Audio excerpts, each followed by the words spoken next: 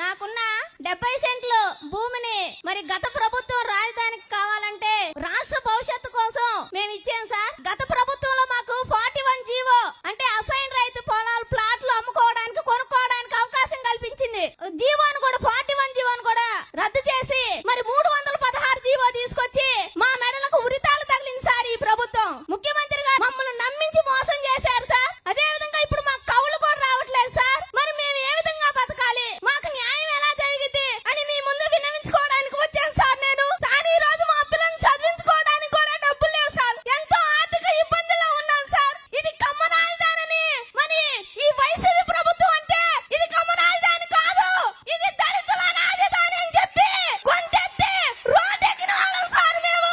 మా తెలుగుదేశం పార్టీ అధికారంలోకి వచ్చిన వెంటనే పెండింగ్ కావాలని వేసే బాధ్యత మేము తీసుకుంటాం. మొదటిది. రెండోది, మళ్ళీ జియో 41 అమలు చేసే బాధ్యత కూడా తెలుగుదేశం ప్రభుత్వం తీసుకుంటుంది.